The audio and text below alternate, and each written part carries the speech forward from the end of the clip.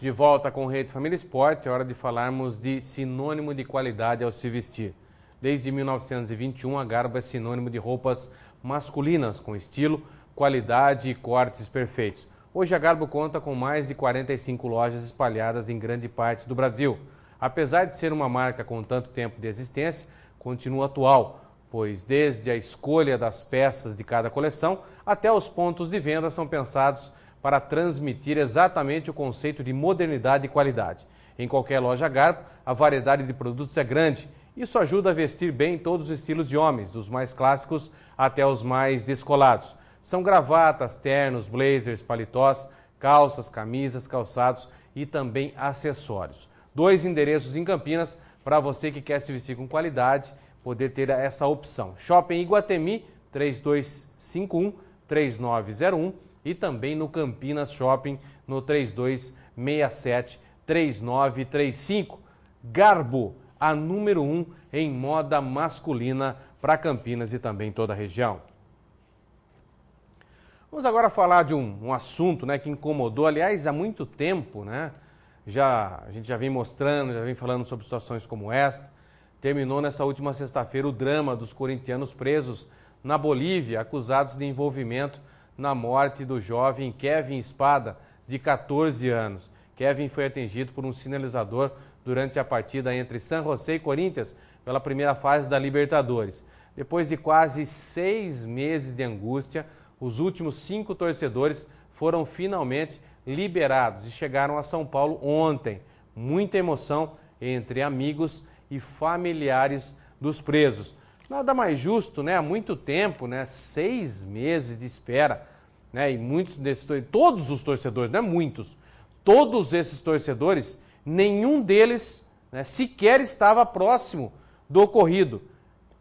E agravante, havia dentro desses 10 presos, 5 que já saíram no mês passado e 5 que saíram agora, torcedores que estavam fora do estádio e que entraram depois que o jogo havia acabado, né? E aí, no contexto da situação, a polícia acabou pegando e levando para a prisão. Então, demonstra mais uma vez, né, um descaso com o torcedor, né? Por mais que as coisas tenham ocorrido e houve uma morte, a gente sempre enfatiza isso, mas a situação começa de manter presos 6 meses pessoas que nem sequer sabiam do que estava acontecendo, foi um erro gravíssimo da justiça boliviana. Por sorte, a justiça boliviana acabou não acatando o pedido de recurso feito na semana passada pela família do menino Kevin Espada, que pedia para que os torcedores continuassem presos. Olha só o absurdo. Os familiares pediam, num recurso, que os torcedores continuassem presos. E, por sorte, a justiça boliviana, como não tinha argumentos mais, você vai manter preso uma situação que não tem mais argumento para você falar? Então, aí, como não tinha mais argumentos, aí acabou indeferindo esse pedido, né, esse efeito, né, esse pedido judicial, e aí ela foi obrigada a soltar os presos, né, porque já estava ficando uma situação muito complicada dos presos em Oruro. Então, o pessoal já voltou para casa e agora cabe à justiça brasileira, em comum acordo com a justiça boliviana, para saber o que vai ocorrer com o menino que é réu confesso. Ele confessou que foi ele que soltou o sinalizador, por mais que tenha sido por não saber utilizar ou sem querer, mas não tem problema nenhum, causou a morte de uma outra pessoa, de um outro rapaz. Então, cabe às duas, agora os 2 governos, as 2 polícias, ficarem sabendo ou entrarem em comum acordo do que vai fazer. Como é menor, né, deve-se cumprir uma medida socioeducativa aqui no Brasil, não deve mandar para lá, porque se a situação já foi complicada com torcedores que nada tiveram com isso, você imagina se mandar o menino para lá. Então, cumpre-se aqui, né, e a justiça boliviana pode acompanhar o caso, cumpre-se aqui, mas que tem que cumprir a pena por essa morte, eu não tenho dúvidas que isso tenha que acontecer, mas sejam bem-vindos aí os torcedores, os 5 torcedores que lá estavam ainda. Imagine só muitos com filhos pequenos, ficar 6 meses longe de casa, muitos deles com condições subhumanas de vida, não é fácil não. Agora é hora de Série B do Campeonato Brasileiro. Com um futebol bem mais técnico e sob o comando do meia chileno Valdívia, o Palmeiras venceu o Bragantino por 2-1 na última sexta-feira à noite, no estádio do Pacaembu, pela abertura da 12ª rodada do Campeonato Brasileiro. Veja como foi. Palmeiras e Bragantino mediram forças no Pacaembu na noite da última sexta-feira. Jogando contra um time fechado e priorizando a marcação, a chance do Palmeiras seria roubar a bola. E foi o que aconteceu aos 41 minutos. Quando Valdívia ficou com a bola no meio-campo, caminhou com ela até a intermediária e fez o passe perfeito para Allan Kardec. Dentro da área, o atacante virou o pé direito e bateu de chapa. A bola morreu no ângulo esquerdo de Leandro Santos. Atrás no placar, o Bragantino voltou mais esperto para o segundo tempo, assumindo os riscos de levar um contra-ataque. E foi o que aconteceu aos 17 minutos, quando o Glauber perdeu a bola para Leandro e o lançamento saiu para Valdívia. O chileno caminhou e na frente da área levantou a cabeça e bateu no ângulo de Leandro Santos, 2-0. Aos 43 minutos, o Bragantino ainda fez o de honra. Após levantamento na área, a defesa alviverde bateu cabeça e a bola sobrou para dois adversários que bateram praticamente juntos, Cadu e Dudu, mas o gol foi marcado para Cadu. Final, Palmeiras na liderança da Série B, 2, Bragantino 1. O técnico Gilson Kleina já deve estar comemorando, né, essa liderança da competição, o bom futebol que gostaria de ver nessa equipe do Palmeiras, comemorando alguns jogadores que caíram como uma luva nesse time palmeirense, caso do Allan Kardec, né, que deu maior qualidade técnica ao meio-campo e ataque dessa equipe do Palmeiras. Tanto é que a feitura de um gol como esse dá mostras de que somente um jogador de qualidades técnicas, de boa qualidade técnica, pode fazer um gol como esse, né? E aí a gente imagina que sempre tendo jogadores de qualidade técnica, a gente sempre vem batendo na mesma tecla, né? Se o Palmeiras não contratar, como é que vai ficar o Palmeiras dentro da Série B do Campeonato Brasileiro? Precisa contratar, precisa trazer bons jogadores e dentro da medida do possível, né? Dentro das da situação financeira que vive o Palmeiras hoje, trouxe alguns jogadores importantes, pontuais, cujo qual o treinador Gilson Kleina tem o dedo, que soube escolher os jogadores certos, e os jogadores estão dando o recado agora dentro de campo. Um deles é o Allan Kardec. E o Valdívia voltando a jogar, né? Depois de muito tempo sem jogar, sendo aí o protagonista desse descenso do Palmeiras, mesmo estando fora, mas ele poderia estar dentro de campo para ajudar o Palmeiras. O Palmeiras foi rebaixado e agora na Série B o Valdívia vem mostrando ser aí um bom jogador e contribuindo para esse retorno do Palmeiras à Série A do Campeonato Brasileiro. O Bragantino é uma boa equipe, a gente sempre vem falando isso, mas jogar contra um Palmeiras no Pacaembu não seria nada fácil para o Bragantino. E o erro, né, o pecado do Bragantino foi vacilar no meio de campo, que era o lugar onde o Bragantino jamais poderia ter feito isso.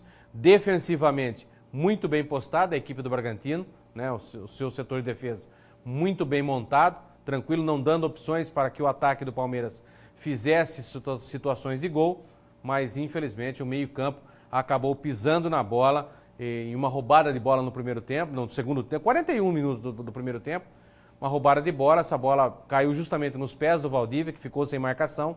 Muitas vezes eu vi o Valdívia sem marcação nenhuma no meio-campo, e esse foi o erro do Bragantino, não marcar o principal elemento desse meio-campo, que era o Valdívia, e a bola nos pés do Valdívia é sinônimo de gol, um tapa na esquerda para o Allan Kardec, que deu outro, né, um belo chute, né, e acabou jogando no ângulo do goleiro do Bragantino. No segundo tempo também a mesma situação, bola perdida no meio campo, a gente sabe que bola não se perde no meio campo, justamente por falha de domínio, né, de circunstâncias, acabou perdendo essa bola e um contra-ataque rápido, essa bola caiu nos pés do Valdívia novamente e ele acabou batendo, o goleiro um pouco adiantado, acabou tomando gol. E aí no segundo tempo, já no desespero, o Bragantino acabou partindo para cima e num cruzamento para a área, né, numa bola batida para a área, a defesa acabou falhando e aí sobrando para o Cadu e para o Du, né, acabou fazendo o gol de honra da equipe do Bragantino. Não dava mais tempo para o Bragantino esboçar nenhum tipo de reação em vencer ou sequer empatar essa partida. Mas um bom jogo, uma boa movimentação, méritos para o técnico Gilson Kleina, que já conseguiu dar um padrão de jogo a essa equipe do Palmeiras. E o Palmeiras começa mais do que nunca, né, a dar mostras de que vem para essa Série B do Campeonato Brasileiro e justamente não dando chances aos adversários. Todo mundo sabe que a Chapecoense é um time a ser batido também, mas o Palmeiras ainda não mostra de que não terá ninguém pela frente que possa modificar essa situação que já está concretizada, que é a ascensão do Palmeiras. Eu também concordo com o Nando quando ele fala que é o Palmeiras e mais 2 que vão subir, né? Então, tomara que isso realmente aconteça e a última vaga briguem aí Bragantino e outros clubes que lá estão, porque Chapecoense eu acho que já deve subir e o Palmeiras também, a continuar com esse mesmo futebol, deve garantir o acesso no ano de 2014. Pela 12ª rodada do Brasileiro da Série B, apenas 1-0 entre América de Natal e Boa Esporte. No restante das partidas, muitos gols, vamos colocá-los agora para você de todo o Brasil. Em Itápolis, interior paulista, o Oeste recebeu o Asa de Arapiraca e João Denoni abriu o placar logo aos 3 minutos de jogo. O Asa empatou com o Wanderson aos 7 da segunda etapa e a virada do time alagoano veio com Didira. No Independência, o América Mineiro enfrentou o Ceará. O time mineiro fez o primeiro aos 37 de jogo com Williams. Já no segundo tempo, Diego Ivo empatou para o Ceará e Rogerinho virou para os cearenses. E Anderson Marques fez contra. Final 2-2. Já no sábado, o cearense Casa recebeu o São Caetano, que começou bem. Danilo Bueno, aos 3, e Wagner Carioca, aos 10, abriram 2-0 para o Azulão. Na segunda etapa, porém, Elanardo fez o primeiro dos cearenses. Neilson empatou e Tadeu virou para o Icasa. Clássico catarinense, Joinville e Figueirense. Gols só no segundo tempo. Edgar Júnior fez o primeiro do Joinville. Tio empatou 1 minuto depois. Marcelo Costa fez o segundo. E Lima o terceiro, selando a vitória do Jack. Na ressacada, o Avaí mediu forças com o Paysandu e se deu bem. Márcio Diogo fez o primeiro dos catarinenses aos 23 de jogo. E Luciano marcou o segundo a 2 minutos do fim. Na Ilha do Retiro, em Recife, o Sport recebeu a Chapecoense. Gols só na segunda etapa. Marcos Aurélio abriu o placar para o Sport. E Bruno Rangel empatou e fez o da virada aos 44 e 47 do segundo tempo. No Serra Dourada, o Atlético Goianiense encarou o Paraná. Os paranistas venceram com 2 gols de JJ Morales, aos 35 e 38 do segundo tempo. E no Vale do Paraíba, o Guaratinguetá saiu na frente contra o ABC de Natal. Gol de Renato Peixe aos 19 de jogo. Lino empatou para o ABC 9 minutos depois. Douglas Tanque fez o segundo. E Juan o terceiro do Guaratinguetá. Aí então os gols da Série B do Campeonato Brasileiro. Destaque para mais uma vitória da Chapecoense, né, que acabou vencendo o Sport. Que isso, Sport, hein? Com todo o time que tem, com a pomposa, né, imponência que tem, perdendo em casa por 2-1, mesmo saindo na frente, acabou tomando, dá indícios de que a Chapecoense vem mesmo para brigar pelo acesso e deverá ser aí o caçula, né, a ter esse acesso à Série A do Campeonato Brasileiro. Vamos ver como é que vai se comportar o Chapecoense, lembrando que tem um jogo a menos, a partir de agora nessa competição. Todos imaginavam que seria fogo de palha, mas é uma boa equipe, vem mostrando um belíssimo futebol.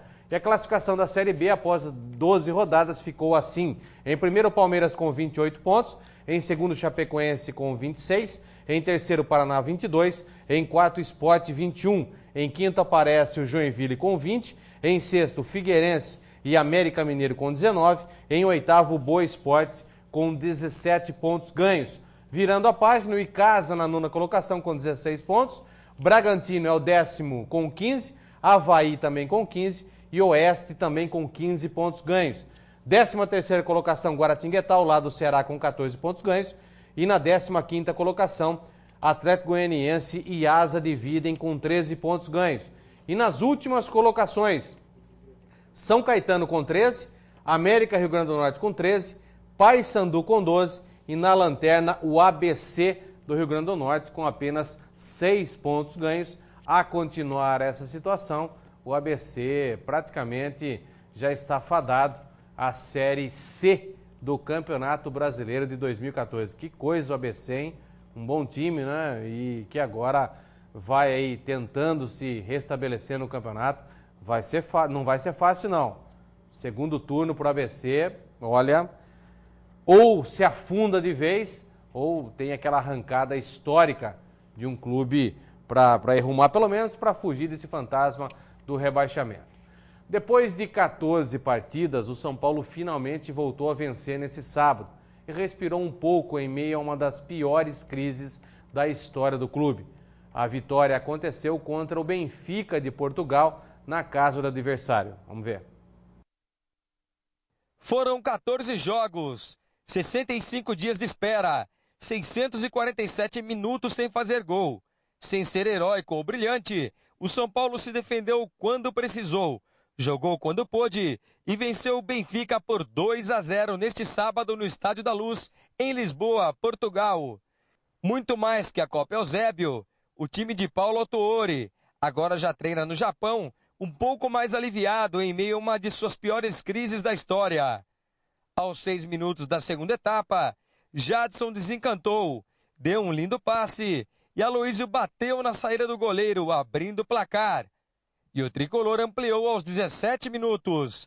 Após uma cabeçada de Rodrigo Caio, o zagueiro Tolói deu um belo toque de calcanhar. O gol foi validado mesmo em posição de impedimento. Final, Benfica 0, São Paulo campeão da Taça Eusébio 2. Só corrigindo, não estava impedido, tá? Do outro lado, voltando, estava o Cortez, ex-São Paulo. Ele esqueceu de voltar, né? E aí deixou o menino livre lá. Ele acabou fazendo o gol, a imagem que mostra certinho isso. O Cortez esqueceu de voltar, rapaz. Ele se embromou com o lateral esquerdo do São Paulo, lateral direito do São Paulo, e aí esqueceu de voltar. Então, conforme ele estava voltando, o jogador do São Paulo acabou colocando para dentro e o gol foi validado normalmente. Então, não estava impedido, não. O gol foi tranquilo. Bom para o São Paulo, né, que consegue uma vitória como essa. É um jogo só, né? Recebeu a Taça Eusébio, que foi um grande jogador português, e que agora, né, o São Paulo vai para o Japão fazer esse jogo também. É uma disputa de um torneio. E para voltar no próximo domingo e já enfrentar de cara limpa a Portuguesa pelo campeonato, essa saga do São Paulo no Campeonato Brasileiro. Lá no fundo, o Cortez estava voltando e estava em posição normal. Então, o São Paulo que precisa mais uma vez mostrar um bom futebol, mostrar o seu posicionamento, o jeito de jogar, porque não vai ser fácil não se restabelecer dentro de uma competição tão difícil que vem acontecendo. Aconteceu na última sexta-feira o que parece ser somente um jogo festivo entre Barcelona e Santos, que marcaria o primeiro jogo de Neymar no Camp Nou. Continua repercutindo pelo mundo afora. Tudo isso por conta de um placar nada esperado. 8-0 para os espanhóis. Veja a repercussão.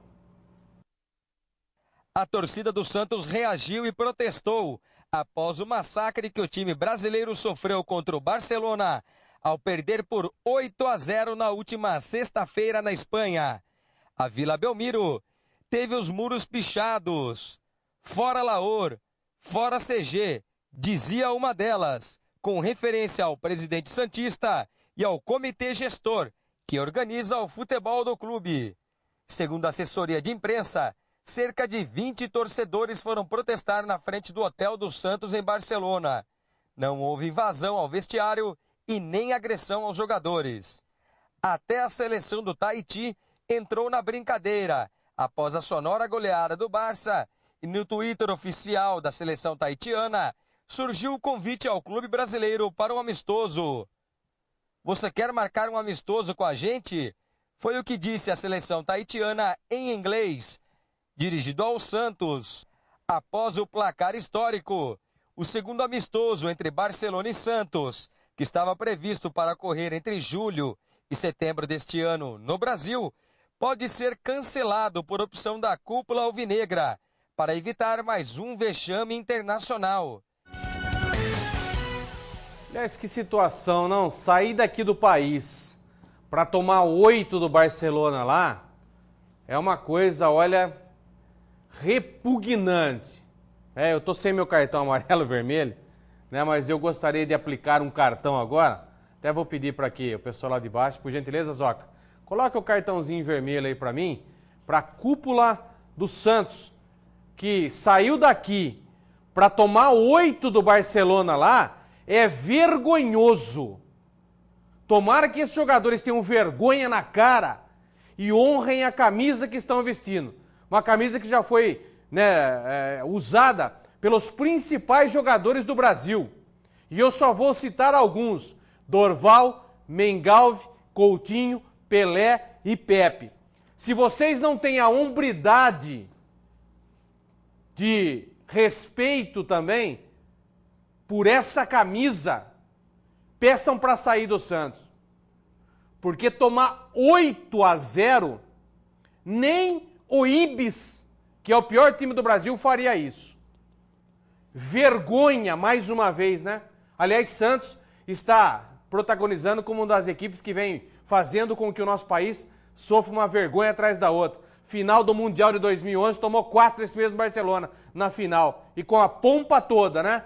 Ao comando técnico Muricy Ramalho.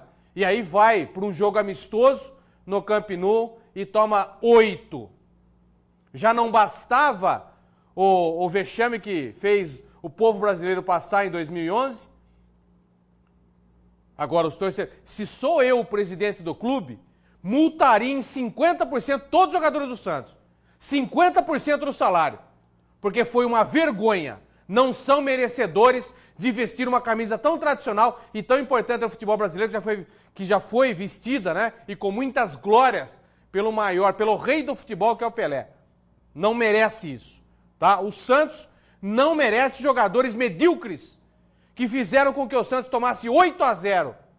Um absurdo, por mais que fosse jogo de bilhar. 8-0 é muita coisa.